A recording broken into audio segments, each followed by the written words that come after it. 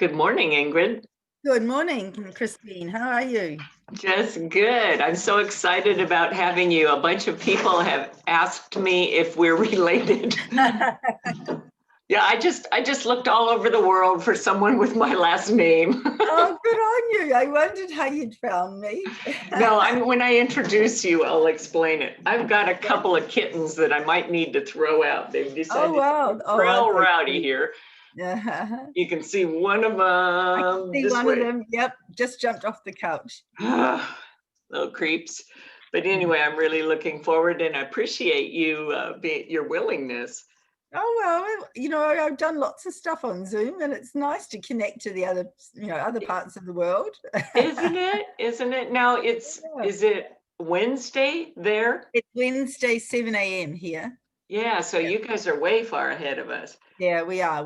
I looked it up. 19 hours, I think. Right, almost. Yeah, you've got your coffee, so do I. It's almost 10, but it's still time for coffee. Yes, of course. I went to a Rotary Club meeting in Rarotonga Did back you? in the 90s, I think. Oh, But that's wow. the only time I've been in your part of the world. Right. Yeah. So Rarotonga is actually part of our district. So I was governor 2 years ago and loved my visit to Rarotonga. It's an amazing place. We had a great place that we stayed right across from the hotel that had the Rotary meeting. So I saw the wheel on the hotel and I went, well, then. Hi, Paul. Hi.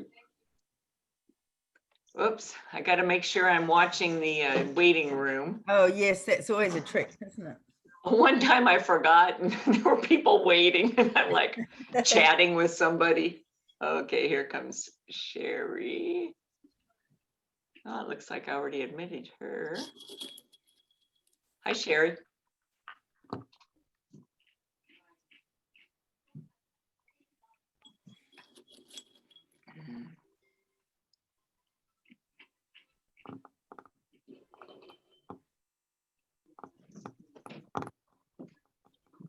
So Ingrid, do you write a lot of articles for the blog? That was just one I happened to find.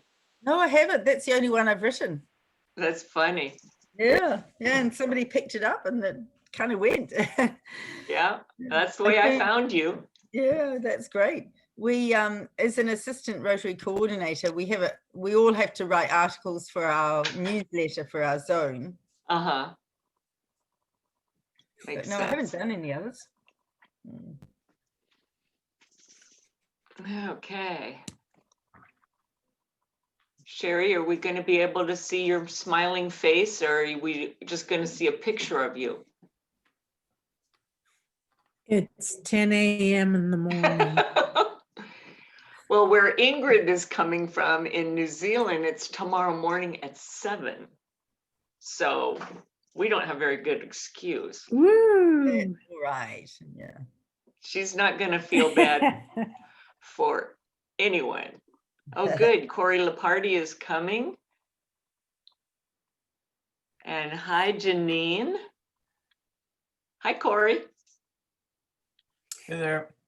Oh, Corey and Ingrid must have got the memo on what the background should be. Yeah. Which one to choose today? Last month, we talked about holding hybrid meetings, Ingrid, and yes. Corey was our facilitator. He's a assistant zone coordinator in the district north of us, up in Washington State. Cool. Oops, here comes somebody else. I better keep watching. Chris Moldry is here. Nice to see your picture anyway. I suppose you're using the same excuse Sherry did about it's too early in the morning to show the real you. Monica, you're brave. Oh, I've been up hours and hours, and I hope my hair is dry. Oh, I like Chris's. That looks like Rarotonga, Christine. Oh, yeah, Chris Moldry. Yeah. I'm trying to figure out, I want to find a virtual background for my Zoom meetings that has a fireplace crackling and maybe a tree, but I want it to be a video. And I started to look for that last night and then I got busy with Rotary stuff. So that didn't work. Whoops, here comes Kim Myers and Bill Griles here too. Whoa, we're calling in the big dogs. Gosh. Oh, somebody's got a nice tree in the background. Yeah, I'm gonna have to get one and put it back Oh, here, look at back that, here. Corey. Oh, wow, that's beautiful. Hi, Bill. Good morning. Merry How are Christmas, you? everybody. Just fine. How are you? Good. Bill is Good. our past district governor. Was it just last year? It seems like it, huh? 2 years ago. Oh, man. Oh, that's No. right, because Rick was in between there. Rick, yeah. Were you 1920 or 1819? I was 1819. Oh, same as me. There you go. Hi, classmate. Did you guys meet each other? Well, we were in the same room together. We would have been, but there were a lot of people there. And Kim Myers is here. Nice treat, Kim. Thank you. Oops, here comes 3 more people. I better get busy.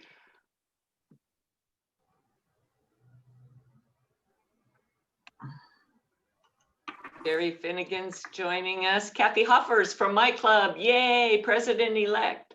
Mm. And Olson's, Tammy Turner, Debbie's coming. My president-elect's here too. Hi, Sherry. Sherry's not showing her face. I'm the one that's not going to show my face. I probably shouldn't when I look at it. Every time I get on these meetings, I'm like, oh my gosh.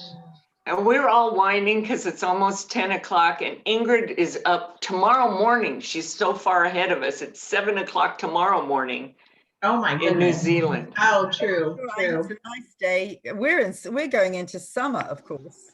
Oh, that's Oh, true. right. Right.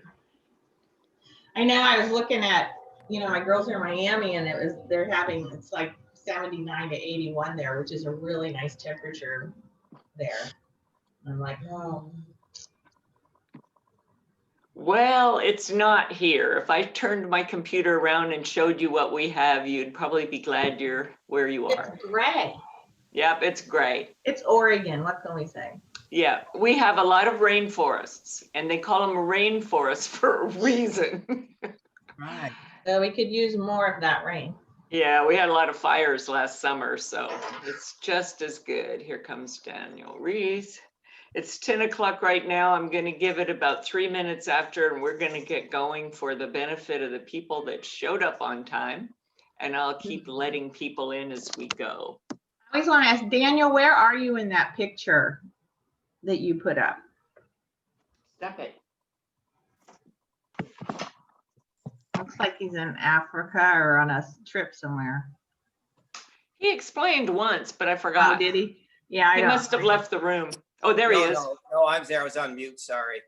That's okay. I just got back from a run and I'm a sweaty mess, so I'm not going to reveal myself.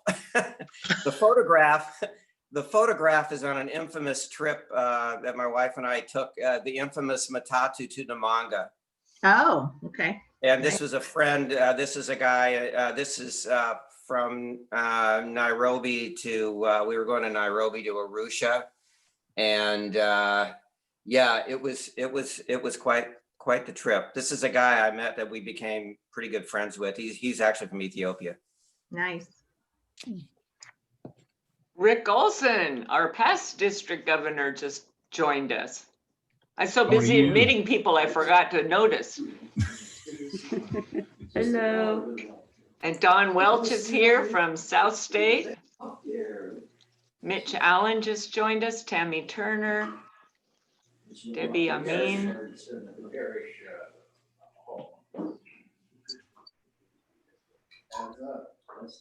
Oops. Let's see here. They meet each other's homes or at a bar, and they take turns leaving the view.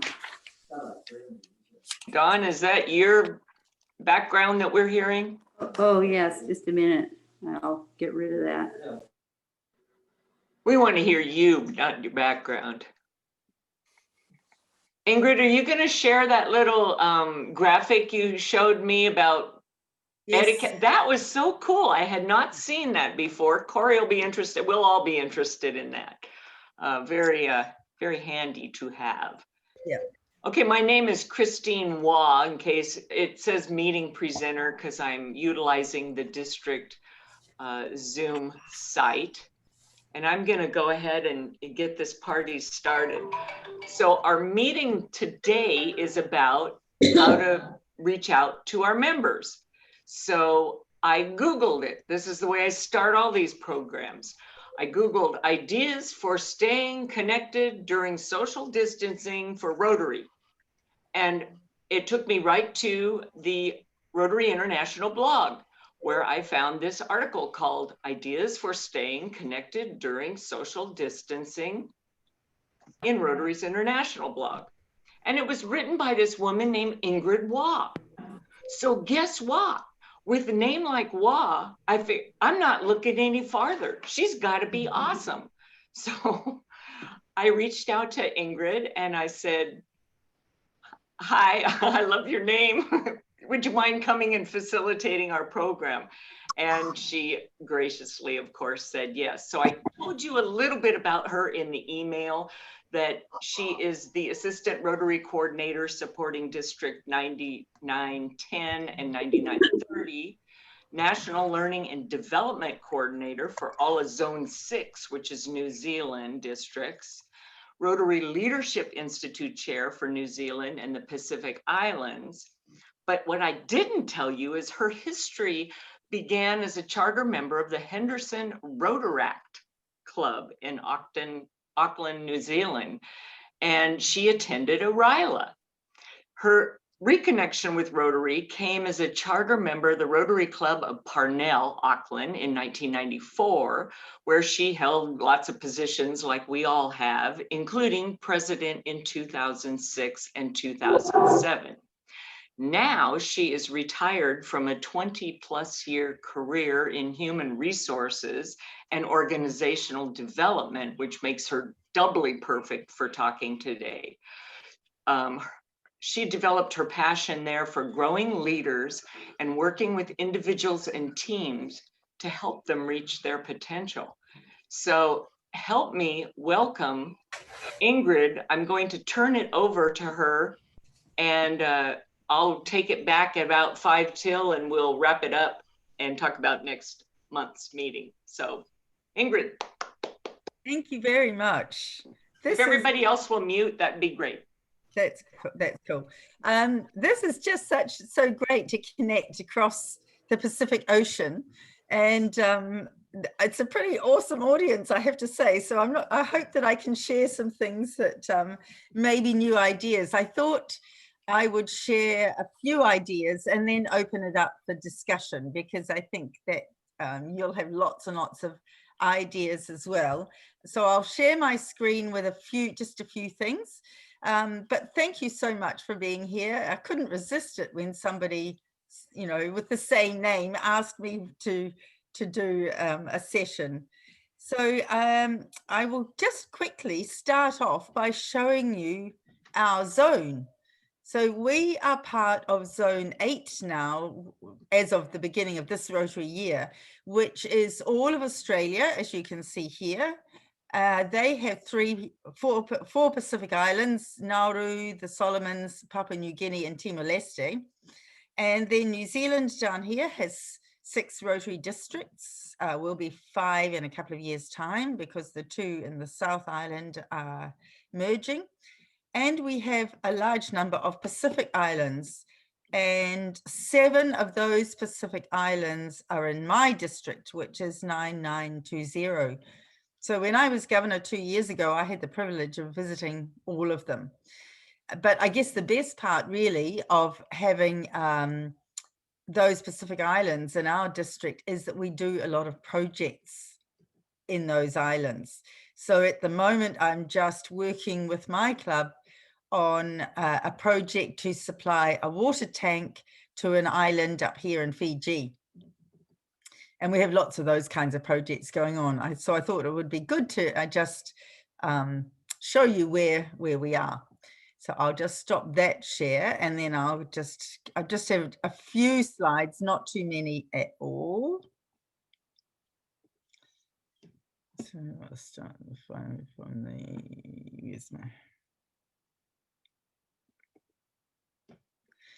So here we are, connecting from New Zealand to District 5110. I looked you up to just see if I could find out a little bit about you. I didn't find a lot, but and I've never been to Oregon. I've traveled a lot, but I have not been to Oregon. So I will have to make that on my list when we are able to travel.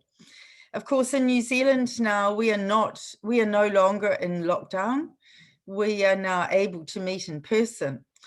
I'm interested that your meeting last week was about hybrid meetings, because I tried to convince my club to have hybrid meetings, but unfortunately the majority wanted to meet only face-to-face, which is interesting. I think after having been meeting on Zoom, we use Zoom more rather than Microsoft Teams or other tools, and after meeting on Zoom for about 4 months, people chose to go back only to face-to-face, which I think says something about human connection.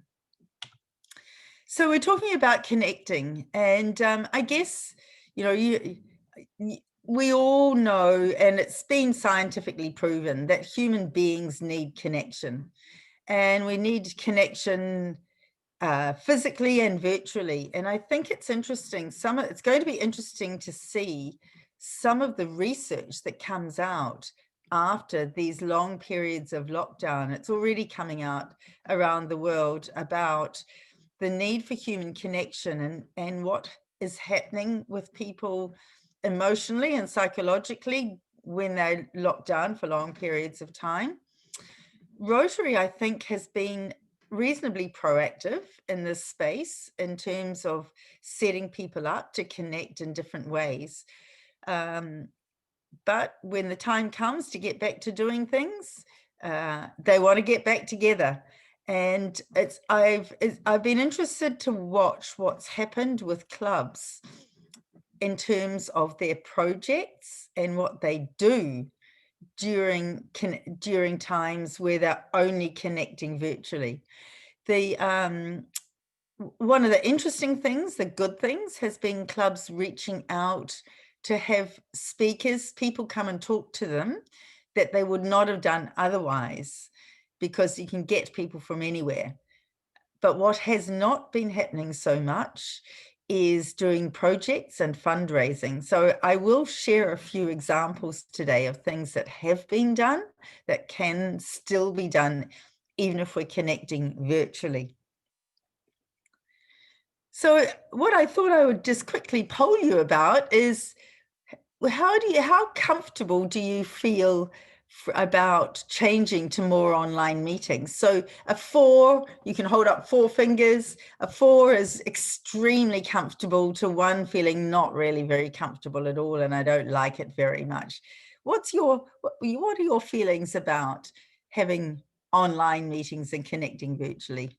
I can see 4s, 3s.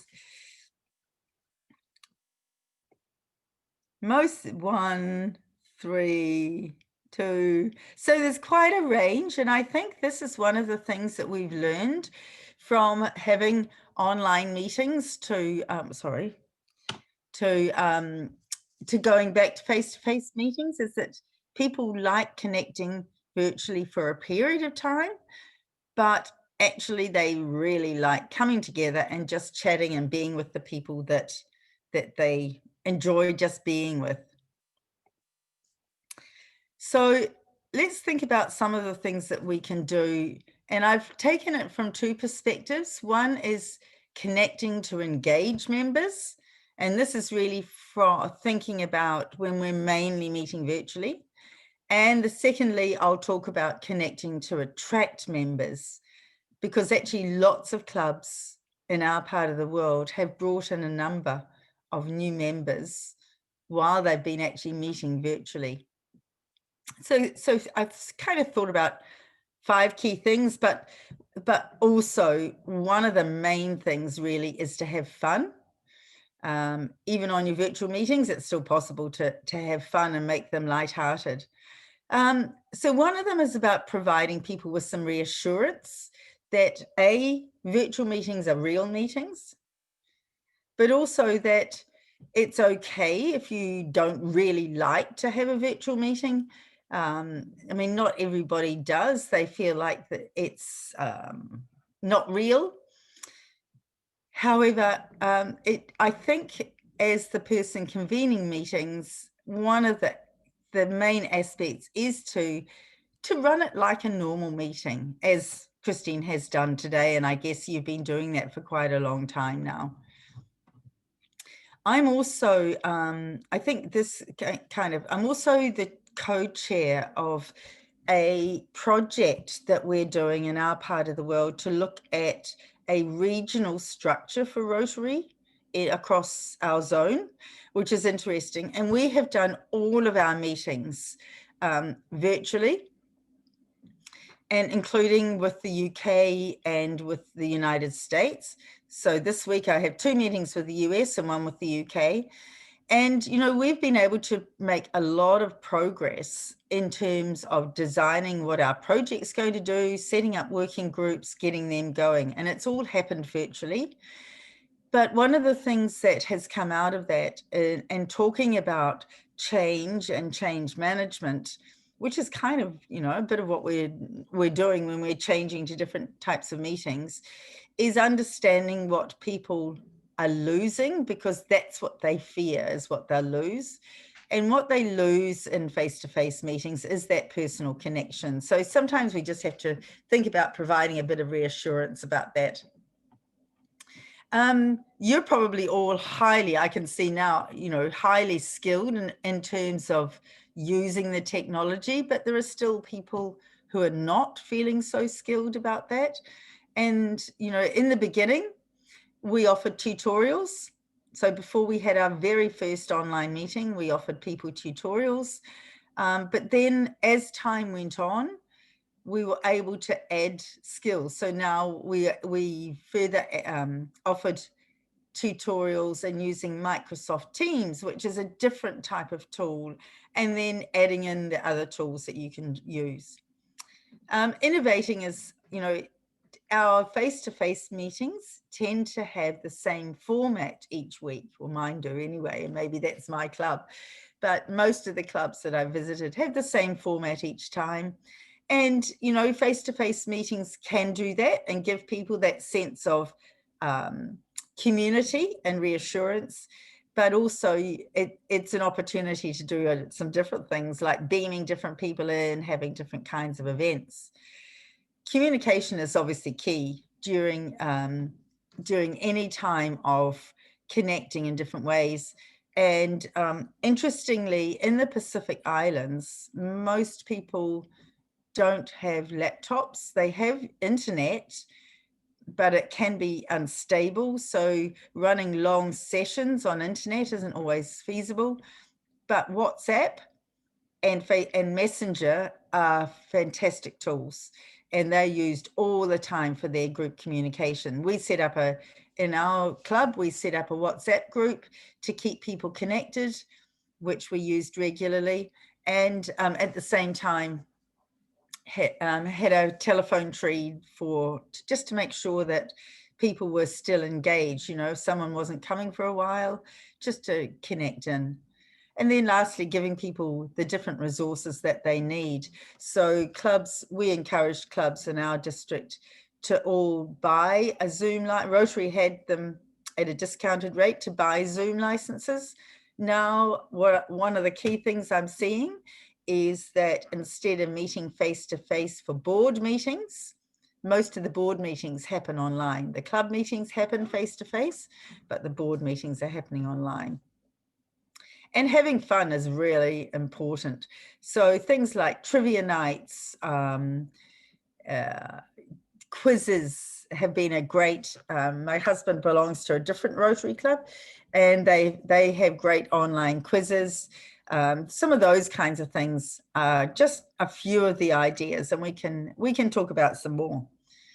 Then I thought I'd just briefly, here's the graphic that Christine was talking about, which is actually borrowed from a district in Australia, but it's pretty cool to use because, you know, you need to have some ground rules when you're running online meetings. And I thought this was really nice. I've sent a copy of it to Christine, so she's free to share that with whoever she'd like to. And then connecting to attract new members. I don't want to teach you to, we have this saying, I'm not going to teach you to suck eggs. So you know how, you know a lot of those things, I'm sure, about making sure your online presence is right up there and current. How did Christine find me? You know, so we're doing that a whole lot more. So that's really important. Doing projects, we can still do projects online during this time. There've been some amazing projects. One of the clubs in one of the districts that I look after, when we went first into lockdown, advertised through Facebook that they were willing to help people who couldn't go shopping, because our first lockdown, we could only go to the supermarket, you know, like really basic things. So they connected into the community. They found people who couldn't go out, so they were either unwell or elderly or whatever, and they offered to do their shopping for them. What happened was 3 Rotary clubs banded together. They also connected into some of the other community organizations. But one of the things that Rotary does so well is connect different groups together, but also manages projects very effectively. So they became the coordinator for a whole area, a whole part of north of Auckland that had a lot of elderly people, and they became the sort of key community go-to for people who needed help for quite a long period of time. It was really very effective. Fundraising still happens. Our district has just done an online art auction for polio. I'm also involved in my community art gallery. We've just done an online auction. Again, those kinds of things that seem to be pretty effective. We also, in our district, set up a fund for Rotarians who were greatly disadvantaged. So, for example, our president of the Rotary Club of Kiribati got stuck in Fiji on her way home to Kiribati with her mother and her very young baby. So, and she had no money. Her husband was in Kiribati because he was a doctor there, and she just had nowhere. We reached out to Rotarians. A Rotarian in Nandi was able to provide her with accommodation. We set up a fund which helped provide her with some immediate financial support until she was able to get things sorted. And there were other Rotarians as well. So that was also very effective. And we ran lots of events, virtual dinners, fundraising dinners, or just fun dinners, social hours. I mentioned trivia nights, quizzes, all those kinds of things. So again, lots of, I didn't want to repeat all the things that were in the article that I wrote. So these are just some other examples that have been used. So I guess one of the key things really is that Rotary is even more relevant in these times, I think, than it was before. We already have connections across the world, as well as within our districts and within our clusters of clubs within our districts. And, you know, I think we can really take the lead and show the way in how to connect and how to be relevant when things are changing. I know the bigger Rotary world doesn't change terribly fast, but local Rotarians are very adaptable. And we can really, you know, get out there and do a whole lot more things. There isn't any single right way of doing things. There are lots and lots and lots of examples. And we can do all these, you know, if we do things together and we harness the energy and the knowledge and the expertise of our Rotarians, then there's no end to what, you know, we can do, and no end to the ideas that we can share.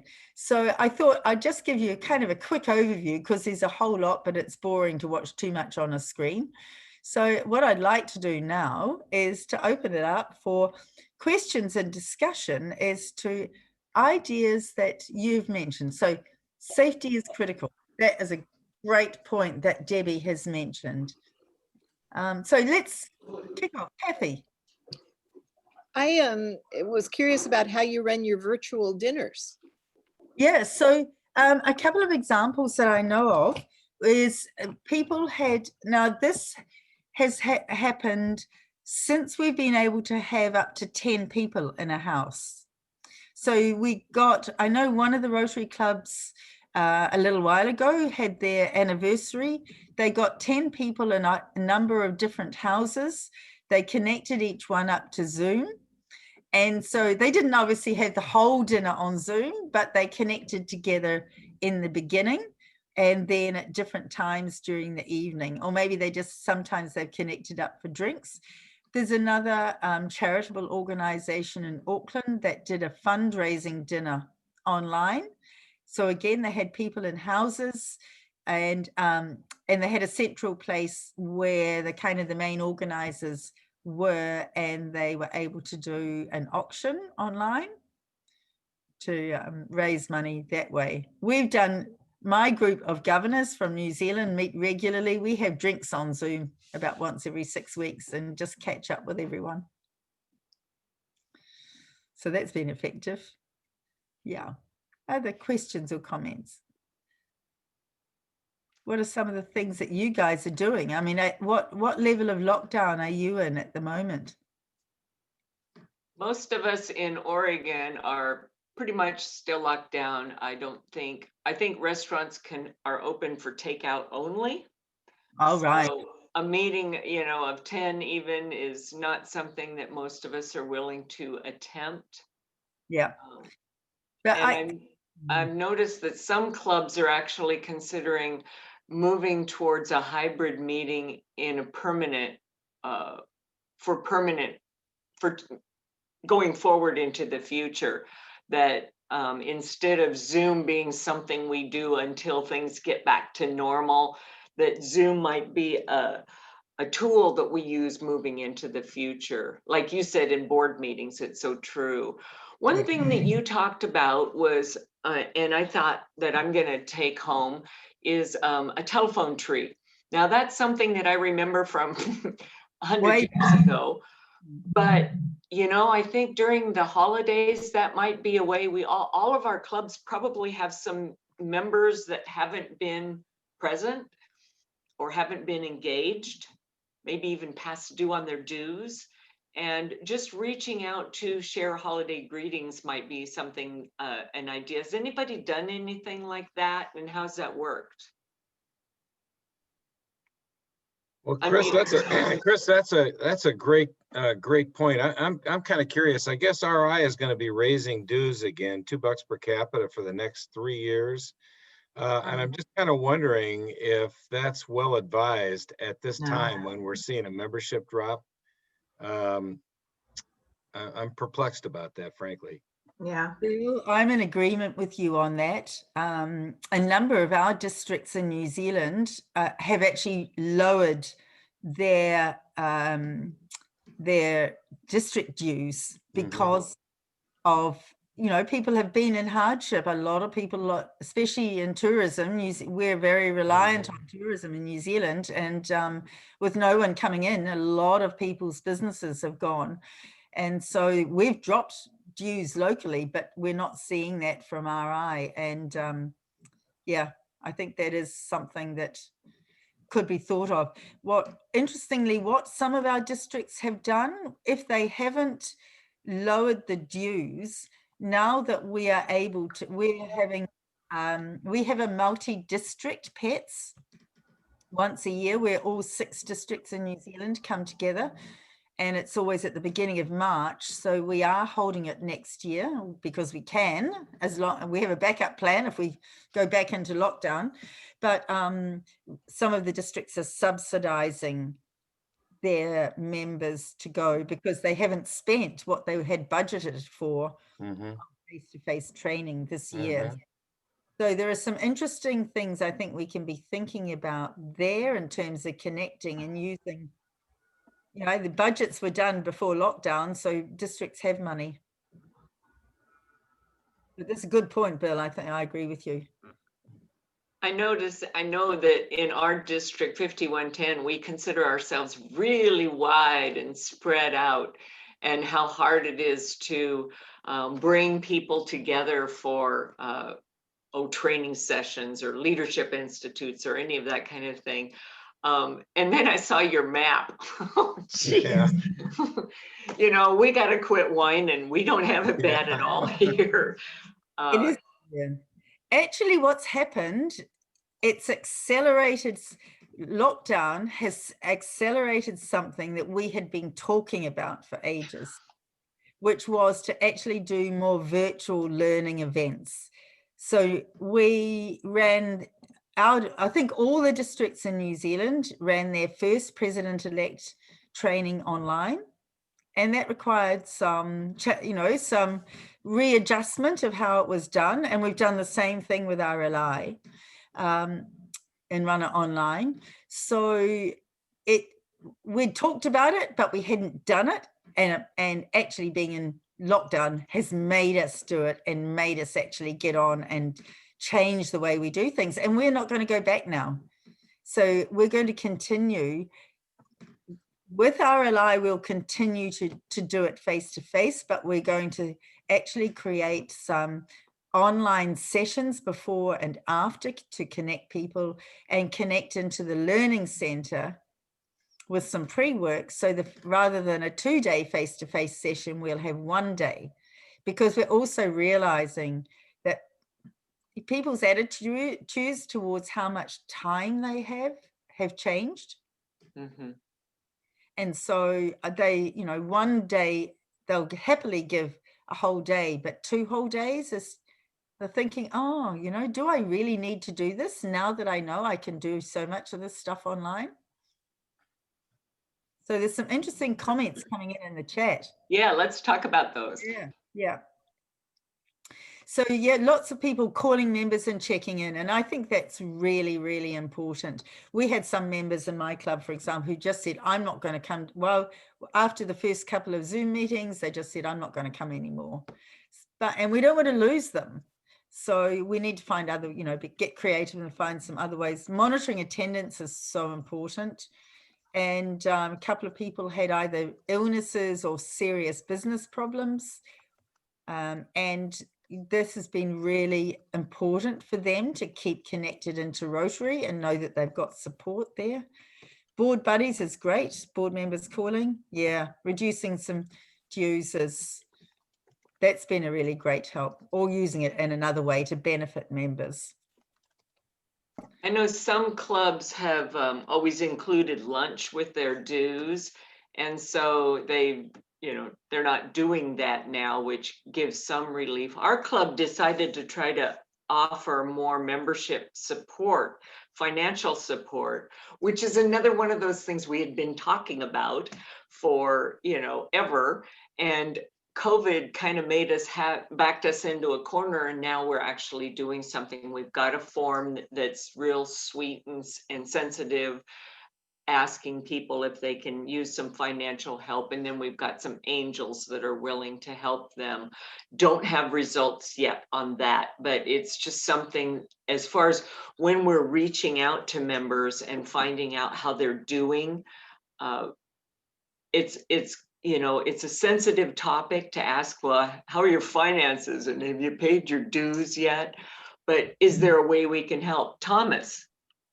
Yeah, I'm glad this subject came up, because we've actually had a few newer member possibilities, and we don't have a structure for any kind of tiered dues structure.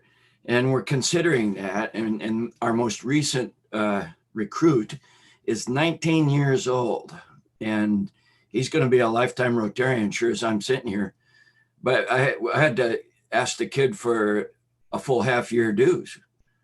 And because we couldn't get restructured in time. But is anybody attempting to offer some sort of tiers for dues?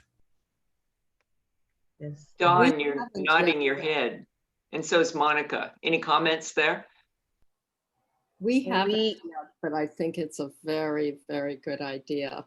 And I'm pushing for it too. So when you find out, let me know.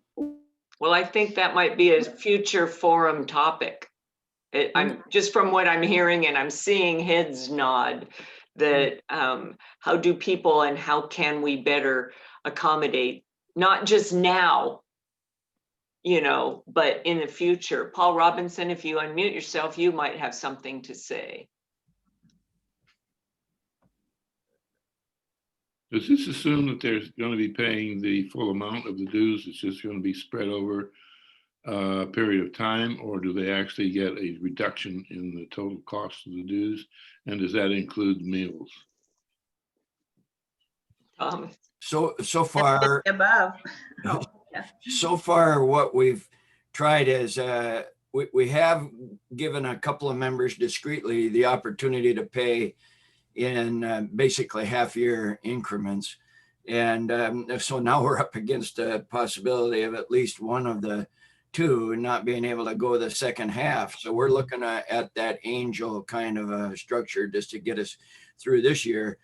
And then the only other idea that's percolating so far is to build the dues around the RI piece, the district piece, and then figure out how to compensate for the rest of the dues within our club budget. I don't have the numbers in my head, but about 4 years ago, the Eugene Rotary went to a tiered membership due system that was defined by categories of age. So the younger the member, the lower the dues. Interesting. Which club was that, Monica? The Eugene Rotary Club, Rotary Club of Eugene. Okay, thanks. And did that change? I for believe retirement? it's worked very well because we especially have a good connection with the Rotaract Club at the University of Oregon. And so, you know, those students, young adults, are always welcome in our club, and we're really happy to be able to offer them a lower price point for membership.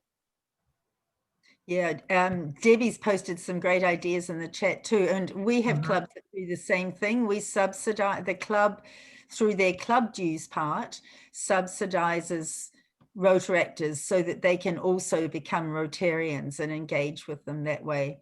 And family members, we have clubs looking at family memberships and things like that too. So you really do need to do it through your club dues, because district and RI dues tend to be fixed. Well, I can see Kim asking. So I had a couple different questions, but in reference to what Ingrid just said, I think what he's saying, because we've thought about this too, is that have them pay enough to at least cover the RI and district dues. Like right now, our dues are basically just for basic operations, but that had to do with us meeting at the graduate, which would include like our media fees and things like that.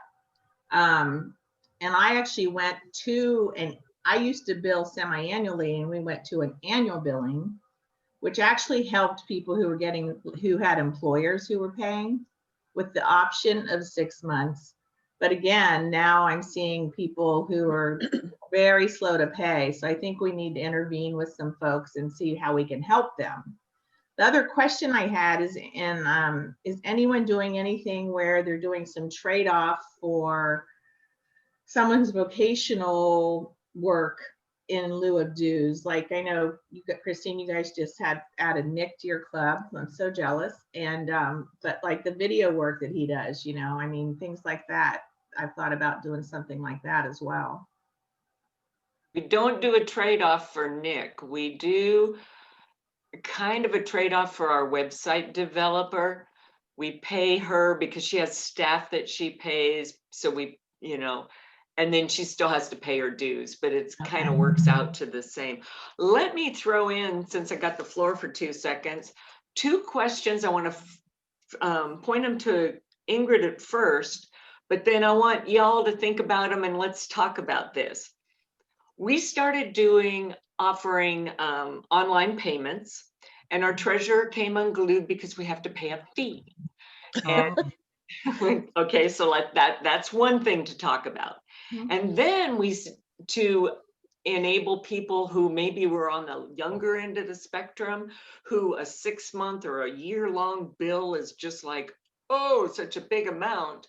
We started offering that they could pay monthly. And the treasurer came unglued because now she's got to handle these monthly payments instead of once every 6 months or once every year. Ingrid, what do clubs in your districts, how do they do with those 2 things? Well, actually, they do the whole range of things. So you can imagine in the Pacific Islands, the issues are the same as they are for a lot of young people in our communities, because we have a lower district dues for our Pacific Island clubs because people's incomes there are less, and in some places like Kiribati, significantly less than in New Zealand. And in a lot of the Pacific Islands, they have monthly dues, and we do all ours on internet banking. So I pay either in person, cash, or online for my weekly meetings, and I just do internet banking and it doesn't cost anything, but maybe your banking system's probably different, so maybe they charge, but we have the whole range. I think it does monthly or monthly dues is often a bit more work for your treasurer. So as long as they're willing to do that, and you have to obviously make sure that people do it on actually make their monthly payments, but it does suit a number of people.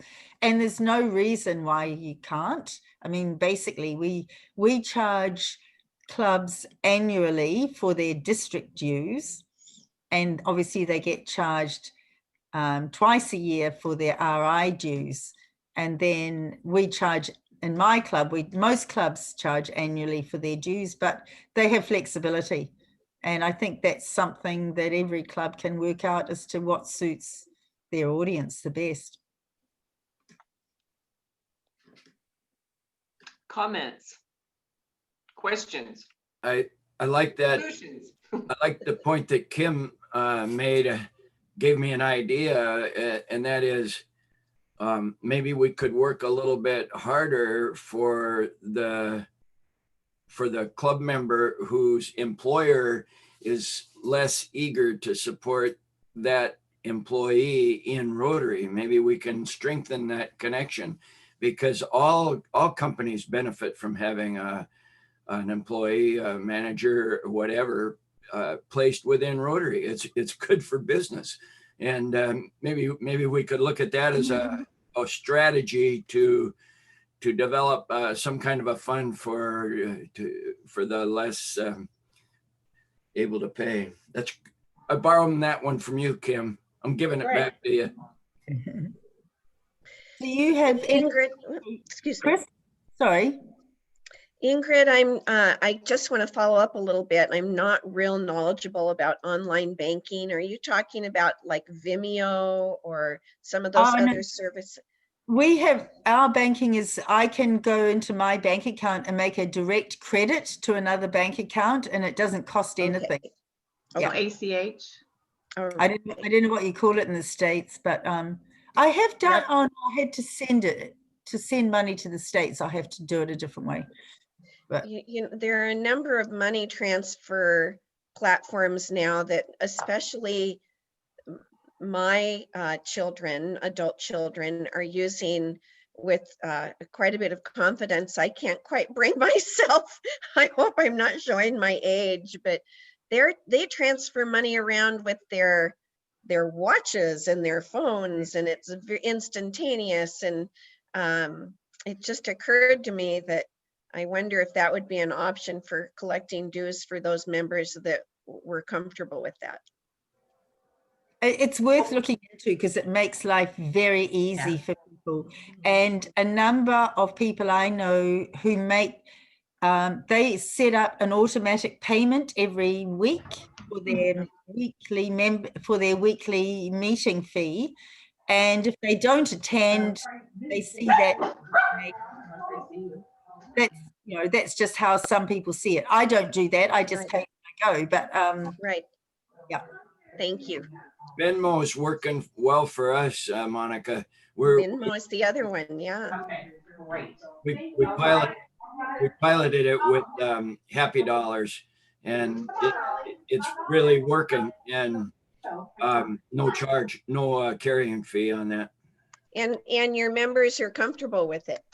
More than I thought would be. I mean, Bill Greil, he's on the screen. He's in for about $10 every week because he's either happy about a whole lot of stuff or somebody suggests that he should be.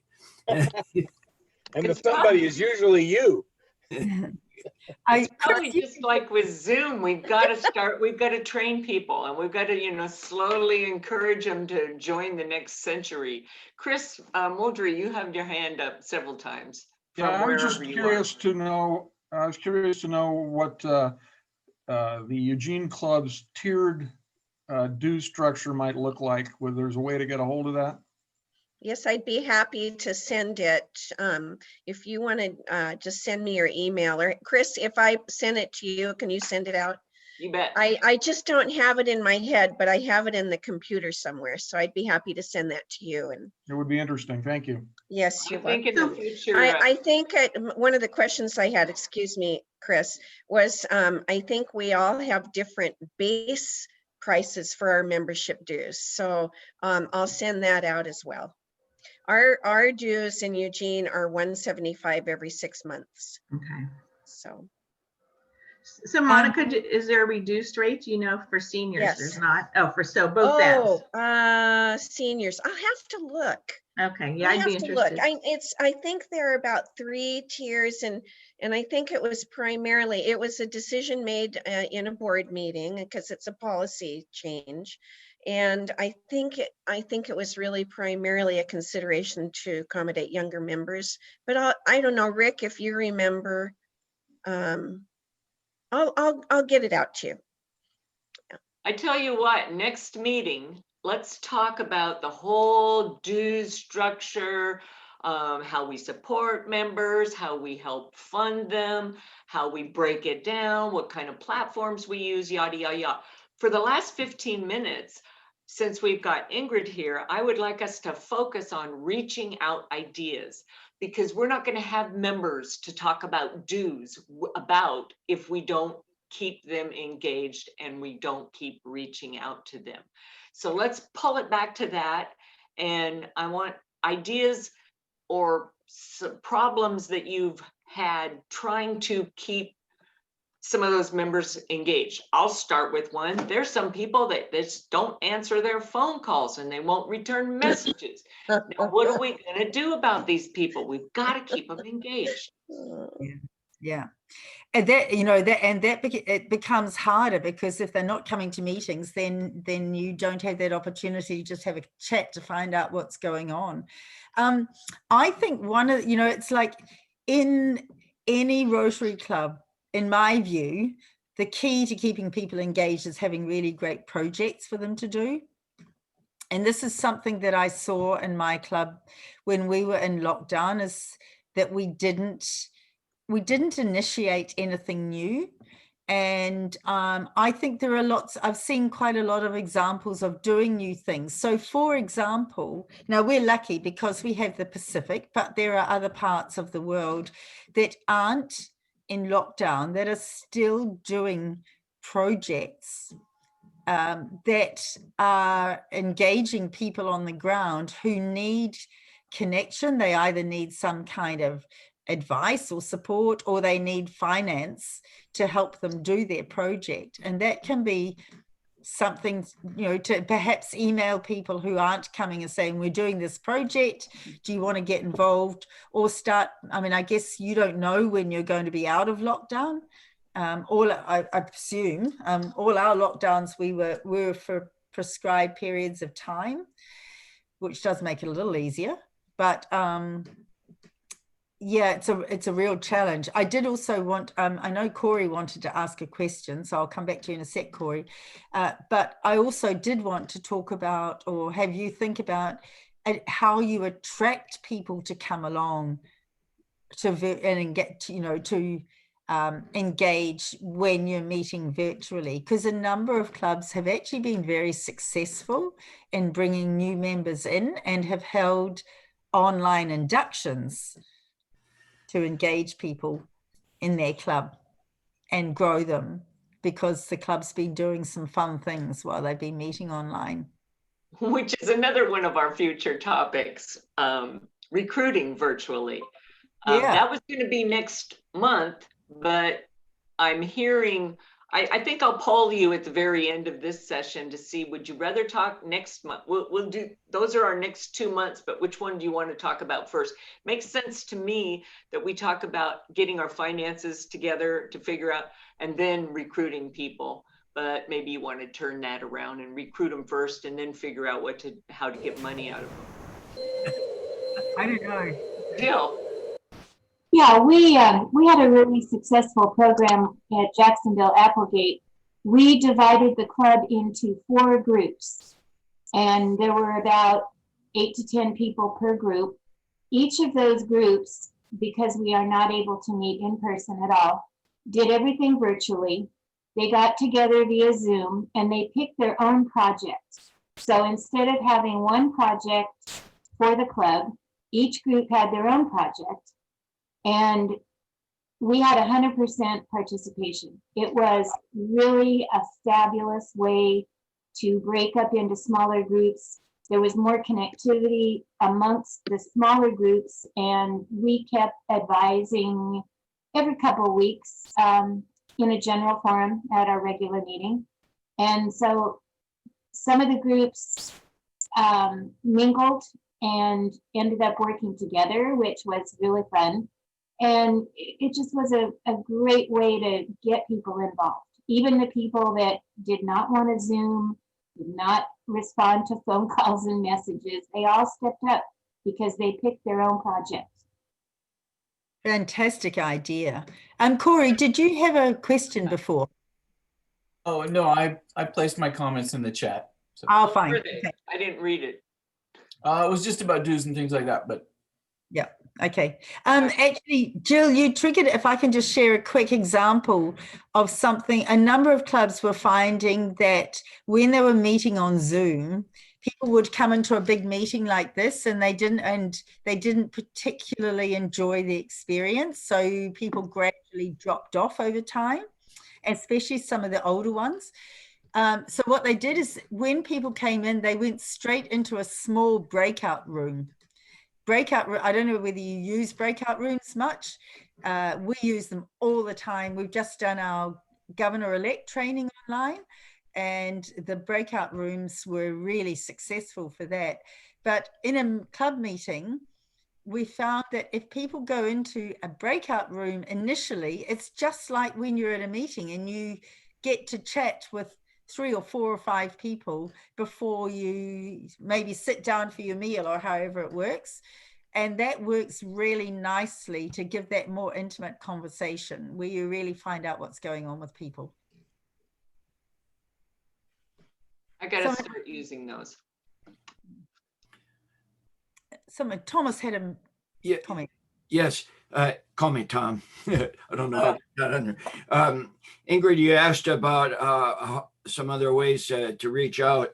I borrowed from one of these sessions earlier when we've had 2 projects in December, both labor intensive. And so I went back to the data from the same prior project last year. And went down through that list and contacted everybody who worked the year before to get them involved this year. That brought in a few who aren't doing Zoom or any other thing with us. That scored. And then it also, then after that, I went to the whole membership, and for everybody else that I had not contacted and didn't know for sure that they could or could not work. And so the function, the event became the mechanism to reach out. Great. Yeah, great example. Okay, we've only got a few minutes left. Has anyone got any other questions or comments they want to make? I mean, I'm sure you've got loads and loads of the answers, lots more. We just have some different experiences on our side of the world. Right.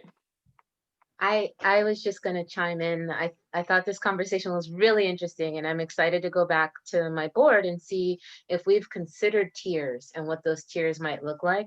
I'm really interested in making sure we're thinking about it and thinking about it in a way that helps us to promote diversity and not perpetuate ourselves. So I'm less interested in a family member discount, because I think that is the way that we might be perpetuating ourselves, and more interested in looking at what are some tiers that we could create to get people that might not have otherwise found their way to Rotary, or for students, because we do a better job of attracting seniors, but not so many students. So I'm excited to take that back to my club. Thank you, Jessica, because this is somebody that's in a very diverse club, if you ask me. In fact, I want to comment to Jessica and just the rest of you, as I've been joining their mixology fundraiser that they did. This will be our last week, and it has been so much fun. I've really enjoyed it. Ingrid, I didn't mean to cut you off there. No, that's fine. I was just going to comment that one of the key things, and you probably already thought of this, is that actually a lot of the costs are around meals, and we're finding a lot of our newer clubs, and particularly the clubs with younger members, they don't have meals. We have a club in the southern part of the country called NRG, New Rotary Generation, and they all started as young people. They met twice a month only. They either met at someone's house, or they met at a coffee bar or at a bar. If they wanted a drink or food, they did, but they didn't have to. So they actually had no cost pretty much associated with their meeting. They did have their dues, obviously, but their club dues, they worked out what their club dues needed to be. And that, when that considerably reduces cost, which means you're more attractive to a lot of those groups of people who otherwise wouldn't join.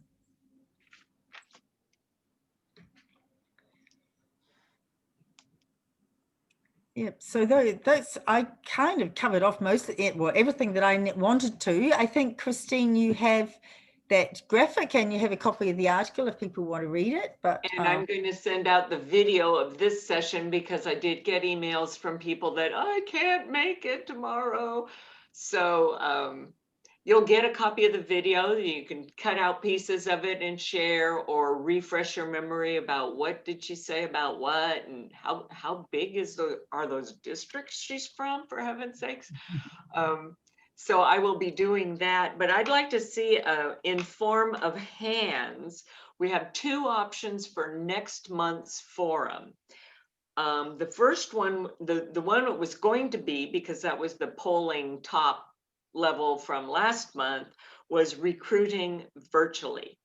But the idea that came out of this group today makes me want to also compare or prioritize dues structuring and collection, how we accommodate that. So if you will raise your hand, if you'd rather talk first about, and this will be like January and February, so it's not like forever away, but in January, would you rather talk about recruiting virtually? Raise your hand. 1, 2, 3, 4. Oh, no, sorry. Nope. No. No? No, I was wrong. Okay, I'm going to give you guys sorry. another chance for people like Bill that can't follow direction. I would include myself in that too. Would you want to talk next month about recruiting virtually? Raise your hand. 1, 2, 3, 4, 5. And how many would you rather talk about dues structuring and collections? 1, 2, 3, 4, 5. Okay, we'll talk about that. But for those of you that voted for recruiting virtually, right on the heels of next month's meeting, we will be talking about that. And then I'll be polling you for what comes next, because all of our topics come from you. What you want to talk about, what will help your club. And that's what we're here to do, is to solve each other's problems. Any comments, last minute comments from any of you? Bill Greil, Corey Laparty, I look to you guys as being leaders and trailblazers before I ask Ingrid one more time. Great meeting, Chris. Wonderful leadership on your part. Thanks so much. No, this is great from Ingrid. She was just a soft touch. So is Corey. Corey's been our facilitator twice, and he was our first one that I contacted him and say, hey, I get this idea about this forum thing. Will you facilitate it? And we didn't know what we were doing, and it was great. It was fun, and we learned a lot and have improved it since. And then he came back last time and talked about hybrid meetings. So we strive to get really good speakers, which brings me back to Ingrid. I want to thank you so much for being so willing and having a last name that attracted my attention. And then when I saw all your credentials, it was like, oh my gosh, I've got to reach out to this person. And I couldn't find your phone number online talking about being available. Oh, I shall email, but I found you on Facebook, and that's how I tracked her down. So Jerry, looks like you've got your hand up for something. Yes, just curious, what time is it in New Zealand? It is now 2 minutes to 8 a.m. on Wednesday morning. They are 19 or 21 hours ahead of us. Yeah. So actually, I did miss my own Rotary Club meeting this morning. That was the other thing. When I checked you out, I noticed that your club meets at Wednesday mornings at 7 a.m. And I thought, ooh, I'm asking her to skip a meeting, but that's all right. This was use my name, use that calling card. Maybe I could get away with it. You did. You did. I've learned lots, actually, just having this conversation, and this is a wonderful forum.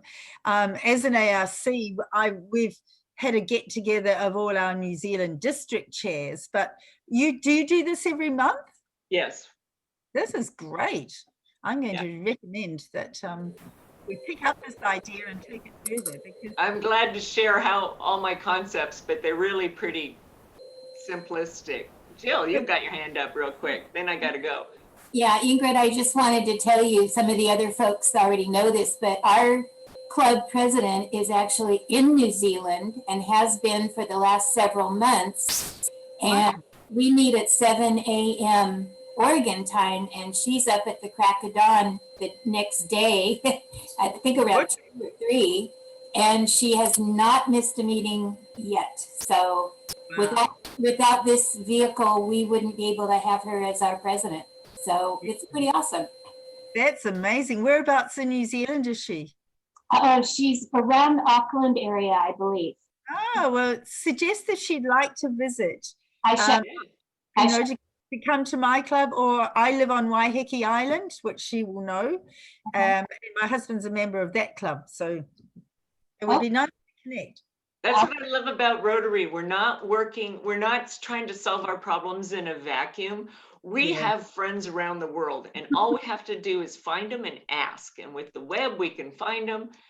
With Facebook or the internet, we can track them down and ask the question. And people are, Rotarians are happy to serve. That's what we're all about. So I have yet to hear, no thanks, I'm busy that day, from anyone I've asked to be a facilitator. That's how easy it is. So thank you again, Ingrid. Thank you all for coming on this great day that we're having in Oregon. Ingrid's enjoying summer. She's got a lot of nerve to tell us that. So is Chris Muldry, but he's faking it. But anyway, thank you all for coming, and I got to adjourn the meeting. Your time is valuable. Bye-bye. Thank you so much. Thank you very much, Christine. Thank you, Ingrid. I'll be back in touch. Thank you. Yeah, we'll do. Okay.